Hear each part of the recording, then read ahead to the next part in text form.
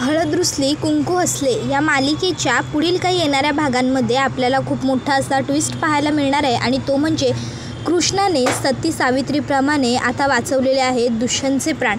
आता नेमके काय घडले आणि कसे घडले हे सगळं जाणून घेऊया आपल्या आजच्या या व्हिडिओमध्ये।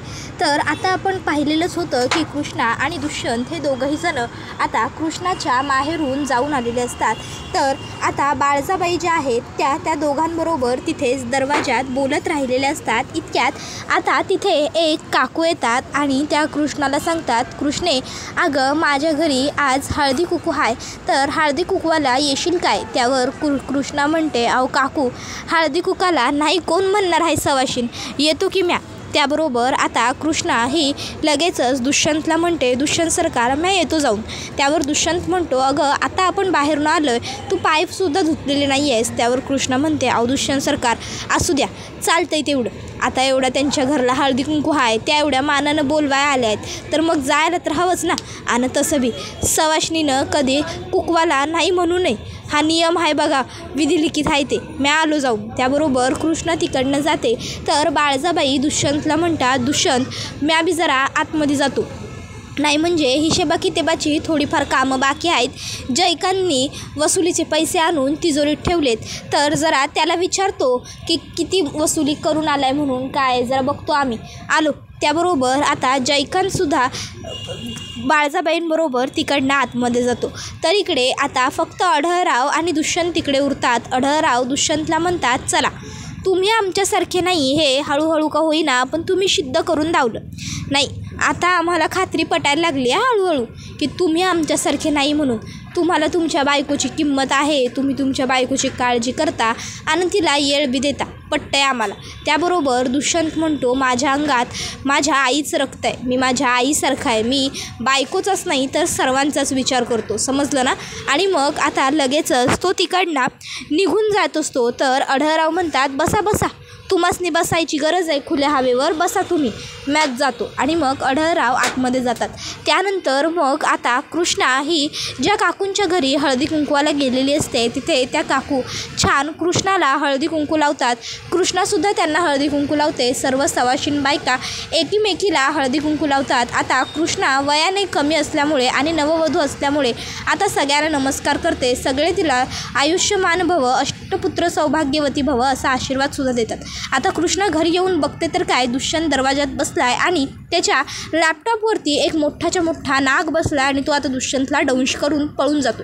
आता कृष्णा जोरात ओरडते, दुष्यंत सरकार।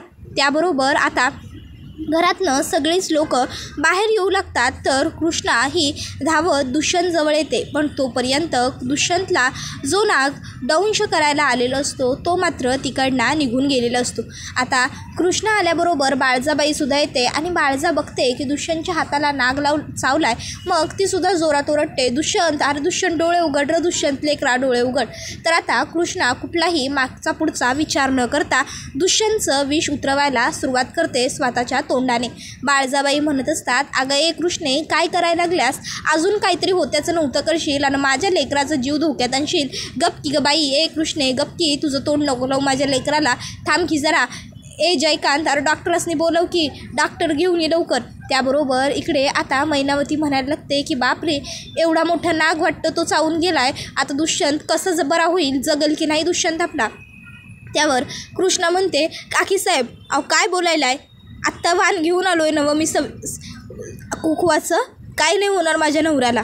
आणि मग आता बाळजाबाई जयकांत मिळून दुष्यंतला त्याच्या खोलीमध्ये घेऊन येतात। तोपर्यंत डॉक्टरसुद्धा आलेले असतात आणि मग डॉक्टर आता दुष्यंतला तपासतात आणि आता डॉक्टर सांगत असतात की दुष्यंत सरकारांचं नशीब खूप जोरावर आहे, नाही म्हणजे दुष्यंत सरकारांना नागाने दंश केल्याबरोबर दुष्यंत सरकारांचं ताबडतोब विष उतरवण्यात आलं, त्यामुळं दुष्यंत सरकारांना काहीही झालेलं नाही आहे।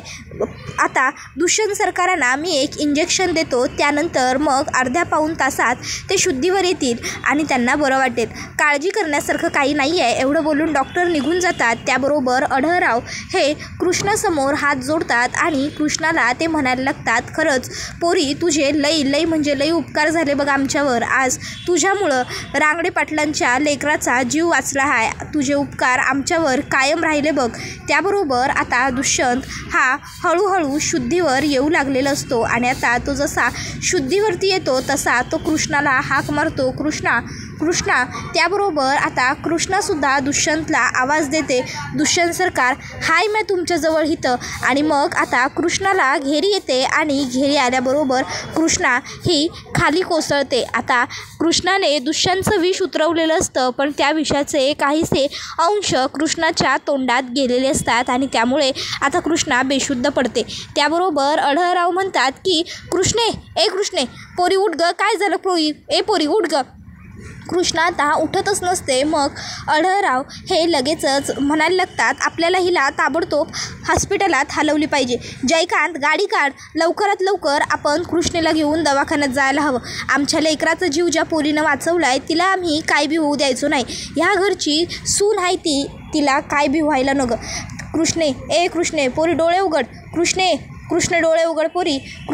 बाळजाबाई बघत उभी असतात. तर मग आता अढळराव बाळजाबाईंना म्हणतात, लाज वाटत नाही का तुम्हाला? नाही म्हणजे तुमच्या लेकराचा जीव वाचवण्यासाठी त्या पोरीनं स्वतःचा जीव धोक्यात घालवला आणि तुम्ही मात्र एक शब्दानं तिला बोलू नका किंवा तिचा विचार करू नका.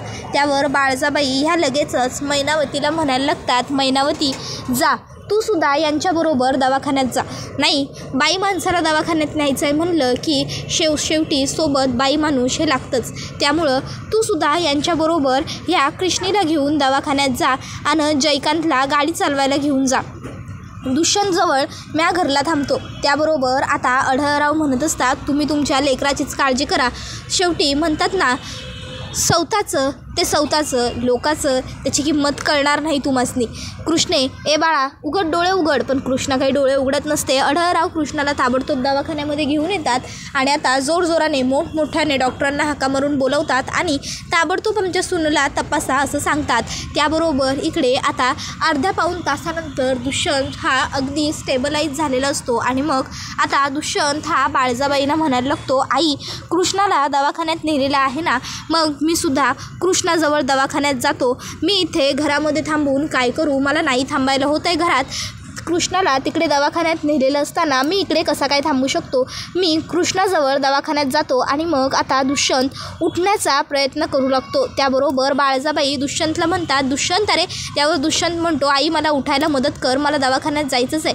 त्याबरोबर बाळजाबाई दुष्यंतला म्हणतात, अरे नाही दुष्यंत, हे बघ डॉक्टरांनी तुला सांगितलं आहे आराम करायचा आहे म्हणून, त्यामुळं तू कुठं बी नाही जाऊ शकत आणि काळजी करू नको कृष्णीबरोबर मी तुझ्या मैनावती काकूला पाठवलेलं आहे आणि त्याशिवाय जयकांत आणि तुझे वडील बी आहेत. जर काही कमी जास्त झालं तर ते आपल्याला फोन करतील. मग काय करायचं ते आम्ही बघू. तू काळजी करू नको. त्या कृष्णाला आम्ही काही एक होऊ द्यायचो नाही. पण तू असा तुला त्रास होत असताना, तकलिफीत असताना कुठं बी जायचं नाही. हे बघ, जर तुला काही कमी जास्त झालं तर मग आम्ही काय करायचं? त्यामुळं तू कुठं बी जाणार नाही आहेस. तू घरीच राहायचं आणि आराम करायचा. कृष्णीला बघायला हवं तर आम्ही स्वतः जाऊ, पण आता तू नको जाऊ, तू आतमध्ये जा. दुष्यंत काहीच ऐकत नसतो. बाळजाबाई दुष्यंतला म्हणतात, दुष्यंत आता तू तुझ्या आईचं ऐकणार नाही आहेस का? आईसमोर हा एवढा हट्ट बरा नाही लेकरा. अरे जर आई एखादी गोष्ट सांगत असते तर ती तुमच्याच भल्यासाठी असते. कृष्णाची काळजी घ्यायला तिकडं मैनावती आहे. तू माझ्याजवळ राहा बाळा, मला तुझी खूप काळजी वाटते. शेवटी दुष्यंतचा नाईलाज होतो आणि बाळजाबाईंचं ऐकून त्याला खोलीमध्ये जाऊन पडावं लागतं. आता दुष्यंत खोलीत जाऊन पडतो खरा, पण दुष्यंतच्या मनातनं कृष्णाचे विचार काही केल्या जात नसतात. कृष्णाची तब्येत कशी असेल? कृष्णा बरी असेल का? तिला फार काही त्रास तर नसेल ना? ती शुद्धीवर आली असेल का? माझ्यामुळे तिला हे एवढा सगळा त्रास भोगावा लागतो आहे. माझ्यासाठी तिने किती केलं, माझा विचार केला आणि म्हणून तिला एवढा सगळा त्रास झाला वगैरे वगैरे. दुष्यंतच्या डोक्यात गोष्टी फिरायला लागलेल्या असतात. मग आता तो ठरवतो की नाही आता मी स्वतः जाऊन कृष्णाला भेटणारच. आई आत्तापर्यंत झोपली असेल. मग लगेचच दुष्यंत हा खाली येतो आणि गाडी काढतो आणि थेट हॉस्पिटलला जायला निघालेला असतो. गाडीत बसल्यावर गाडी चालवत असताना दुष्यंतच्या मनात फक्त एकच विचार असतो, कृष्णा खरंच किती निर्मळ, चांगली आणि साधी मुलगी आहे. तिने कुठल्याही पद्धतीचा विचार न करता, काहीही न मागे पुढे बघता थेट माझ्या हाताचं विष स्वतः तोंडाने काढलं आणि तिला त्या गोष्टीचा एवढा त्रास झाला.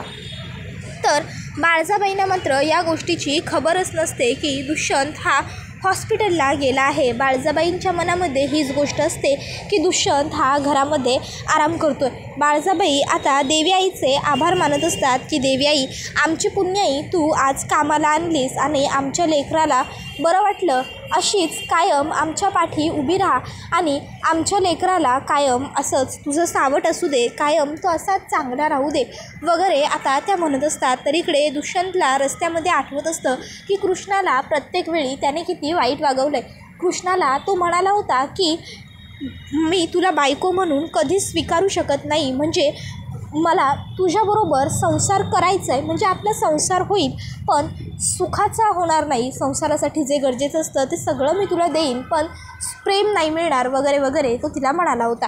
तर दुसरीकडे आता कृष्णा ही झोपलेली असते, म्हणजे थोडक्यात ती अजूनही जरा बेशुद्ध अवस्थेतच असते, ती शुद्धीवर आलेली नसते पूर्णपणे. आता डॉक्टरांनी तिला इंजेक्शन दिलेलं असतं पण शुद्धीवर यायला तिला जरा वेळ लागणार असतो. आता मैनावतीचा सुद्धा डोळा लागलेला असतो कारण रात्रीची वेळ झालेली असते. अढळरावसुद्धा बाहेर बसल्या बसल्या डोळे मिटून घेतात खुर्चीवरती, पण जयकांत मात्र जागा असतो. आणि आता मैनावती आणि अढळराव झोपलेत या संधीचा फायदा घेऊन जयकांत कृष्णाजवळ येत असतो. पण इतक्यात त्या ठिकाणी दुष्यंत पोहोचतो आणि कृष्णाला हात लावणाऱ्या जयकांतच्या खांद्यावर दुष्यंत हात ठेवतो.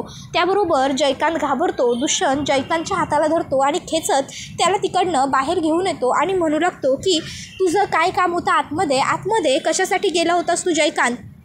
जयकांत म्हणतो, अरे ते वहिनीसाहेबांनी काय हवं नको. त्यावर मग दुष्यंत म्हणू लागतो की तिला काय हवं नको आहे ते बघायला आतमध्ये काकी थांबली आहे ना, मग तरीही तुला आतमध्ये जाण्याची काय गरज होती? एक गोष्ट लक्षात ठेव जयकांत, ती तुझी वहिनी आहे, भावाची बायको आहे.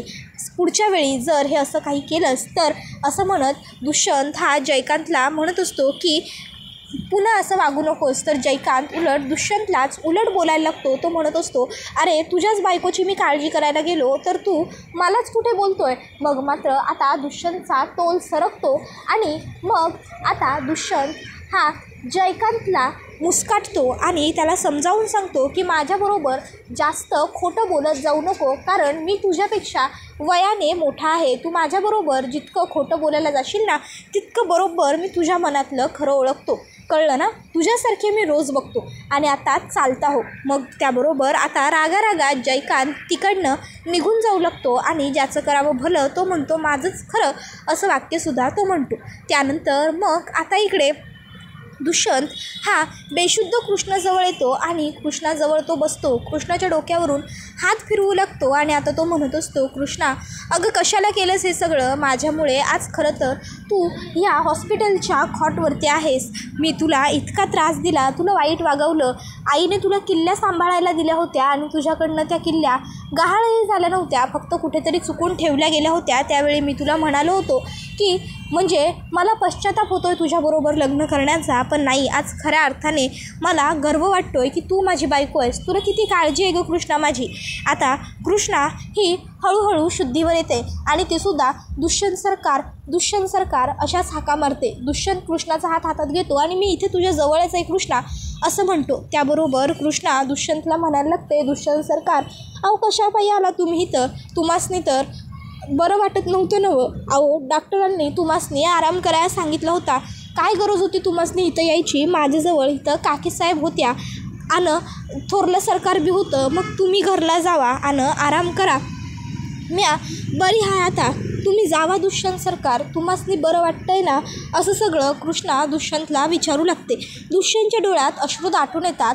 तर कृष्णा दुष्यंतला म्हणते, अहो दुष्यंत सरकार कशापायी तुमच्या डोळ्यात पाणी? काय झालं? त्याबरोबर दुष्यंत हा कृष्णाला म्हणत असतो, कृष्णा तू एवढी त्रासात आहेस तरीसुद्धा तुला माझीच काळजी वाटते. तू अजूनही माझा विचार करतेस, तू मला माझी काळजी घ्यायला सांगतेस.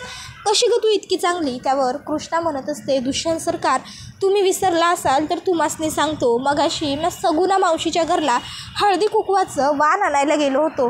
अहो हळदी कुंकू म्हणजे सौभाग्यवती बाईचं संपूर्ण आयुष्य. मग मला सांगा, माझ्या कुंकवाला वाचवण्यासाठी म्या प्रयत्न नाही करायची तर कोण करणार? सावित्रीनं सत्यवानाचे पराण परत आणले होते. तसेच प्रत्येक बायको आपल्या नवऱ्यासाठी काही ना काहीतरी करण्याचा प्रयत्न नक्की करते.